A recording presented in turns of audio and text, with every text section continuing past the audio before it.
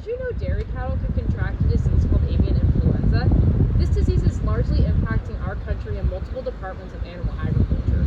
Several people are unaware of this disease and the effects it has on us. This pandemic has gotten out of hand and is becoming a larger problem in our lives today.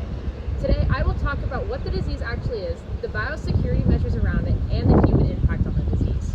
Avian influenza, bird flu, or if you want to get technical, H5N1 is a viral pathogen that is occurring on our farms across the United States. 2.3.4b is the genetic clade in which this disease stems from, and is common in birds around the world. Although it wasn't diagnosed until the Minnesota Veterinary Medical Association brought it to the attention of the USDA with cases in numerous states. Avian influenza is spreading across the states at a steady rate. The biggest reason for the spread of bird flu is the trading of cattle between different companies. As well as in the poultry industry, it is not only affecting wild birds, but is contracted in commercial and recreational flocks.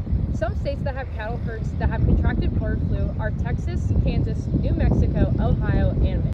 But our flocks and our herds are not the only thing being affected by the bird flu. Humans are. Pandemic framework is being discussed due to the transmission of avian influenza from human to human. Although some strains of this disease spread through poultry or swine can be cured quickly with minimal risk, H5 and H7 strands are the ones we have to be careful about. Hundreds of thousands of infections could occur with a 30 to 50% fertility rate. Now let's talk about biosecurity. A large reason for the spread of avian influenza is due to poor biosecurity. Many animal farms are not taking proper precautions with this disease spread in mind. Having animals in large pens and groups can cause spread within the entire herd. The airspace around these animals is enough for them to have proper ventilation, but not enough to keep a gap between the diseases spread between them. Another example of easy transmitting of this disease is common in recreational poultry flocks. Since many people keep these flocks in their backyards, they do not take into consideration the security codes that commercial barns take into consideration, like the large pens.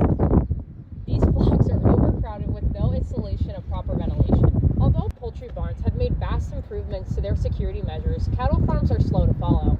Nevertheless, improvements to biosecurity have been made on farms that are not compatible with poultry barns. Because not all cattle operations have the availability of being able to spread out their herds enough to maintain proper airspace for disease to disperse, until funding becomes more accessible to reach these goals. Finally, let's talk about human involvement in avian influenza. While the bird flu is mainly impacting livestock animals like poultry and dairy cattle, humans are still at risk. Researchers are working on creating a vaccine that can supplement the human immune system to fight against this disease. The only way we can start the fight against the influenza in our livestock is we protect ourselves first. This disease is strictly zoonotic, meaning it only transports from animals to humans. Only cases of bird flu are discovered in humans have come from working within close relationships with animals that have been infected with the H5N1 virus. And lucky for us, there has been no cases of spread of disease from human to human. Tying in with the practices of maintaining good biosecurity, researchers have also been looking into vaccines to help support animals. There have been trials occurring with possible vaccine prototypes to fight against avian influenza. If these vaccines continue to develop, they will have a better chance of fighting off this possible pandemic. Today, I introduced to you a little bit about avian influenza. I introduced to you what the disease actually is, the biosecurity measures around it, and human impact around the disease. All of these reasons are examples of why we need to take further action into protecting our animals as well as ourselves.